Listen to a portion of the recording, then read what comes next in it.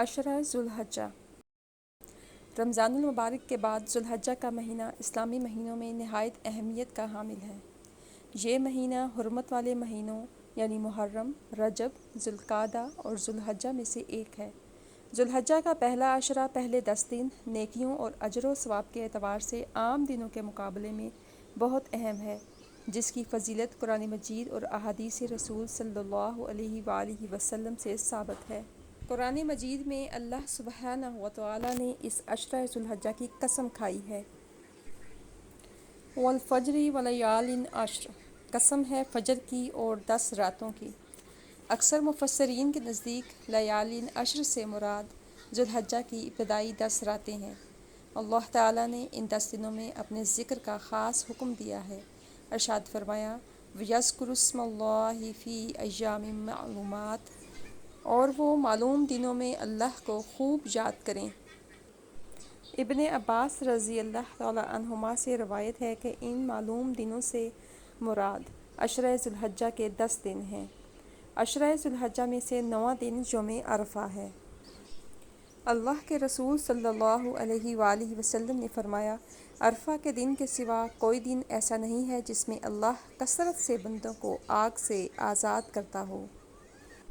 عبداللہ بن عمر رضی اللہ تعالی عنہما نبی کریم صلی اللہ علیہ وآلہ وسلم سے روایت کرتے ہیں، آپ نے فرمایا، کوئی دن اللہ تعالیٰ کے ہاں ان 10 دنوں سے زیادہ عظمت والا نہیں، اور نہ ہی کسی دن کا عمل اللہ تعالیٰ کو ان 10 دنوں کے عمل سے زیادہ محبوب ہے۔ پس تم ان 10 دنوں میں تہلیل یعنی لا الہ الا اللہ، اور تکبیر یعنی اللہ اکبر، اور تحمید یعنی الحمدللہ کثرت سے کہو۔ ان 10 دنوں میں کیے جانے والے اعمال اللہ تعالیٰ کو دوسرے دنوں کی نسبت زیادہ محبوب ہیں۔ رسول اللہ صلی اللہ علیہ وآلہ وسلم نے فرمایا، کسی بھی دن میں کیا ہوا نیک عمل اللہ تعالیٰ کو ان 10 دنوں میں کیے ہوئے عمل سے زیادہ محبوب نہیں ہے۔ انہوں نے یعنی صحابہ کرام رضی اللہ تعالیٰ عنہما نے کہا، اے اللہ کے رسول صلی اللہ علیہ وآلہ وسلم، کیا جہاد فی سبیل اللہ بھی نہیں؟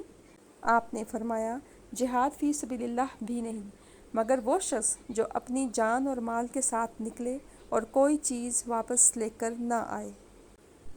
عشرہ ذوالحجہ کا آخری 10واں دن یوم نحر قربانی کا دن ہے، جس کے بارے میں آپ صلی اللہ علیہ وآلہ وسلم نے فرمایا، اللہ تعالیٰ کے نزدیک سب سے عظیم دن یوم النحر یعنی قربانی کا دن اور یوم القر یعنی 11 ذوالحجہ کے دن ہیں۔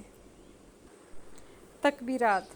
عشرہ ذوالحجہ کے 10 دنوں میں ابن عمر رضی اللہ تعالیٰ عنہما اور ابو ہریرہ رضی اللہ تعالیٰ عنہ بازار کی طرف نکلتے تو تکبیرات کہتے، اور لوگ بھی ان کے ساتھ تکبیرات کہنا شروع کر دیتے۔ صحابہ کرام رضی اللہ تعالیٰ عنہم سے مختلف تکبیریں پڑھنا ثابت ہے، مثلاً اللہ اکبر لا الہ الا اللہ واللہ اکبر وللہ الحمد، اللہ اکبر کبیرہ والحمد للہ کثیرہ وسبحان اللہ بکرۃ وأصیلا۔